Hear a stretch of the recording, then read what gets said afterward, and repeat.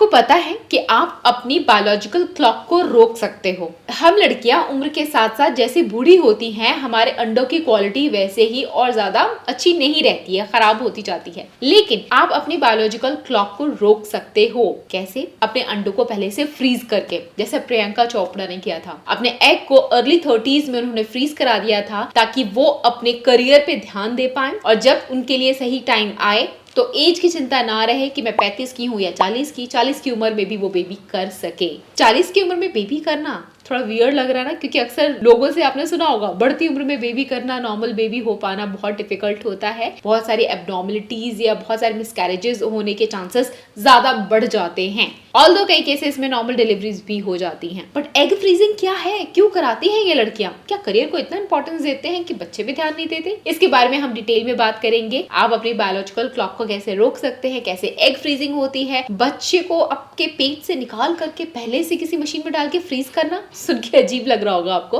पर अगर ये वीडियो एंड तक देखोगे तो आपको सारा संपूर्ण ज्ञान एग फ्रीजिंग के बारे में मिल जाएगा।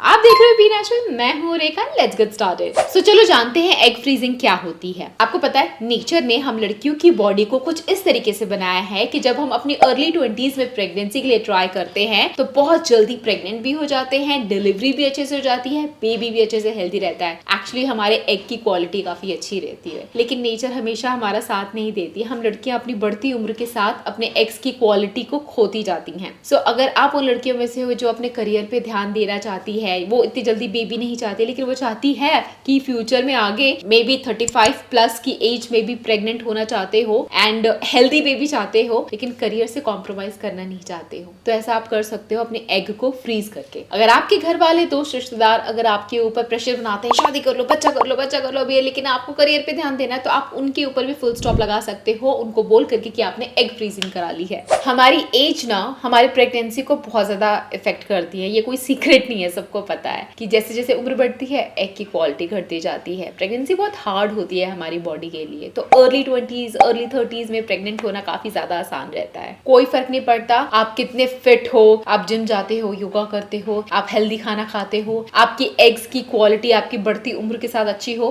बिल्कुल भी फर्क नहीं पड़ता है। हम जब पैदा होते हैं ना, हमारे पास बहुत सारे एग्स होते हैं, वो उसकी क्वांटिटी लिमिटेड होती है। वैसे मेन में नहीं होती लिमिटेड, उनकी तो अनलिमिटेड, उनका प्रोडक्शन चलता रहता है, लेकिन फीमेल का तो लिमिटेड रहता है। वैसे बहुत सारी विमेन के अंदर लेट 20s या अर्ली 30s के अंदर ही उनकी फर्टिलिटी की कैपेसिटी ना घटती चली जाती है, जिसकी वजह से अगर आप लेट उम्र में प्रेग्नेंट होना चाहती हैं तो प्रेग्नेंट में भी हो जाओ, पर जो मिसकैरेज के चांसेस बढ़ जाते हैं, क्रोमोसोमल एब्नॉर्मलिटीज के चांसेस बढ़ जाते हैं, risk of birth defect, miscarriages and easily conceive भी नहीं हो पाता है। So guys, egg freezing is a way to stop biological clock and expand reproductive options. तो चलो मैं आपको बताती हूँ कि आखिर एग फ्रीजिंग होती कैसे है। सिमिलरली IVF का जो फर्स्ट फेज होता है ना, कुछ वैसा ही होता है। सो सबसे पहले आपका मेडिकल चेकअप होता है कि आप इस प्रोसेस के लिए फिट है या नहीं है। अगर सारे टेस्ट के दौरान ये होता है कि आप फिट हो, तो फिर आपको गायनेकोलॉजिस्ट बुलाते हैं एंड आपके पीरियड के सेकंड डे से आपको मेडिसिन दिए जाते हैं, एक्चुअली इंजेक्शंस दिए जाते हैं, सीधे यहाँ पे आपके इंजेक्शन लगाया जाता है। आपका रूटीन एग फ्रीजिंग साइकिल होता है जिसके अंदर आपको इंजेक्शन दे करके अंडों की मात्रा बढ़ाई जाती है। इन अंडों को ओवरी से वजाना रूट द्वारा निकाला जाता है। इन अंडों को आपके शरीर से बाहर निकाल करके -192 डिग्री टेम्परेचर में रखा जाता है ताकि वो उस टेम्परेचर पे सेफ रहें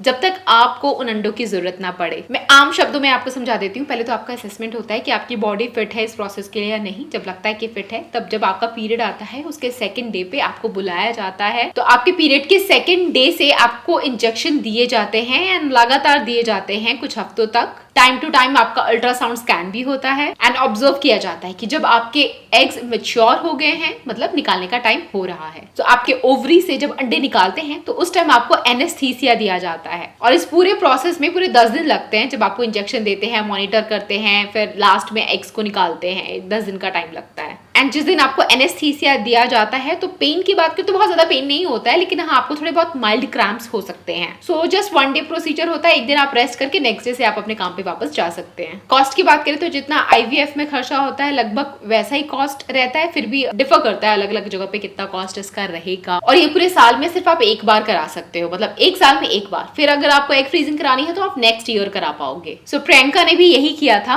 उन्होंने अपने करियर को चूज किया। अब वो माँ भी बनना चाहती चाहती थी, लेकिन फिलहाल माँ नहीं बनना चाहती थी क्योंकि वो अपने करियर के पीक पे थी और उस पे काम करना चाहती थी, और इसमें कोई बुराई नहीं है। बहुत सारे लोग उनको इस बात को लेकर के जज करते हैं, लेकिन मुझे नहीं लगता कि लड़कियों को करियर छोड़ करके बेबी पे ही ध्यान देना चाहिए। अगर हमारे पास ये फैसिलिटी अवेलेबल है कि हम अपने एग को फ्रीज कर सके एंड आगे चल के प्रेगनेंसी हम ले सके अपनी बढ़ती एज में, तो भी चलेगा। तो अगर आप भी अभी अपने करियर पे ध्यान देना चाहते हो, बेबी नहीं चाहते हो, तो आप अपने गायनेकोलॉजिस्ट से संपर्क करें, अपनी एग को ओवरी से निकाल करके फ्रीज करा ले एंड इंतजार करें सही वक्त आने का। सही वक्त आ गया, अब आपको बेबी चाहिए, मान लो आप 38 इयर्स के हो गए हो, अब आपको बेबी चाहिए। साइंटिफिक देखा जाए तो बायोलॉजिकली आप रेडी नहीं हो, लेकिन आपने एग फ्रीज कर रखा है, तो आपका एग सेफ है। अब आप उसको डी फ्रीज करा करके अपने पार्टनर का भी स्पर्म लेकर के, मतलब आप नहीं लोगे, आप जाओगे गायनेकोलॉजिस्ट के पास, वो सारा प्रोसेस करेंगे, तो वहां से उनका भी स्पर्म लिया जाएगा और आपका एग लिया जाएगा। फिर उन दोनों को मिला करके एक एम्ब्रियो तैयार किया जाएगा, और जैसे ही एम्ब्रियो तैयार होता है तो वो गर्भ के अंदर डाल देते हैं एंड देन आप प्रेग्नेंट हो सकते हैं। आप चाहो तो अपने गर्भ के अंदर डलवा लो, या फिर अगर कुछ मेडिकल कंडीशन ऐसी है कि आप खुद नहीं कर सकते हो, आप सैरोगेसी कर सकते हो, मतलब उसी एम्ब्रियो को किसी और के अंदर इम्प्लांट कर सकते हो। सो इस तरीके से सैरोगेसी प्रेगनेंसी भी होती है, बट यहाँ पे एग तो आप ही का है ना, तो बच्चे का डीएनए एंड सब कुछ आपके ऊपर जाएगा, उसमें टेंशन वाली कोई बात नहीं है। सो ऐसे में कोई भी महिला जब वो प्रेग्नेंट नहीं होना चाहती है, मे बी आप करियर पे ध्यान दे रहे हो, या फिर मे बी आपको कोई लाइफ पार्टनर मिला ही नहीं है, आप 30-35 की उम्र के हो गए हो, लेकिन अभी तक आपको कोई लाइफ पार्टनर नहीं मिला है, तो आप अपने अंडों की क्वालिटी को बरकरार रखने के लिए उसको फ्रीज करा दो, एंड जब आपको आपका पार्टनर मिल जाए तो उसे डीफ्रीज करा करके आप प्रेग्नेंट हो सकते हो। या फिर अगर आपकी कोई ऐसी मेडिकल कंडीशन है,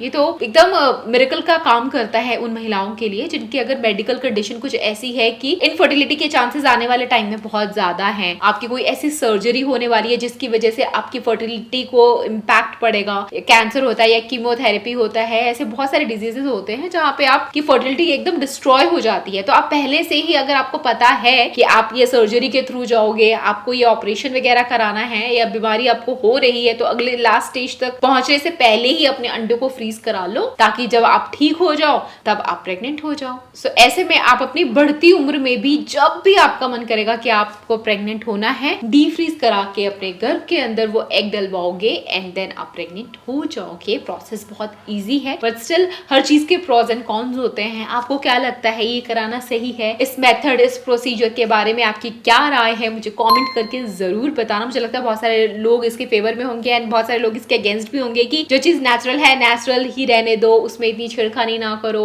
मुझे नहीं पता आपके क्या ओपिनियन होने वाले हैं, कमेंट करके जरूर बताना। मैंने बस आपको इन्फॉर्मेशन दी है कि ऐसा भी होता है, ये भी एक ऑप्शन है। अगर आप इस समस्या से जूझ रहे हो कि आपको बच्चा करना है, बच्चा चाहिए लेकिन अभी नहीं चाहिए, अभी आपको आपका करियर चाहिए, स्टडी चाहिए, या लाइफ पार्टनर ही नहीं है आपके पास, तो ऐसे में ये एक ऑप्शन है आपके लिए। इसके बारे में अगर आपको नहीं पता था तो अवेयरनेस फैलाने का काम करो। इस वीडियो को अपने सारे सगे संबंधियों के साथ शेयर जरूर करना जिन्हें ये वाली प्रॉब्लम का सामना करना पड़ रहा है, and may be this is just for awareness, so just spread awareness about this. लोगों को जानकारी, एजुकेशन, इन सब चीजों के बारे में बहुत कम होती है क्योंकि बताया सिखाया जाता ही नहीं है। गाइज, यहाँ तक देखने के लिए थैंक यू सो मच। अगर आपने अभी तक मेरे चैनल को सब्सक्राइब नहीं किया तो फटाफट से सब्सक्राइब कर दो। मैं आपसे फिर मिलूंगी, तब तक के लिए बाय गाइज।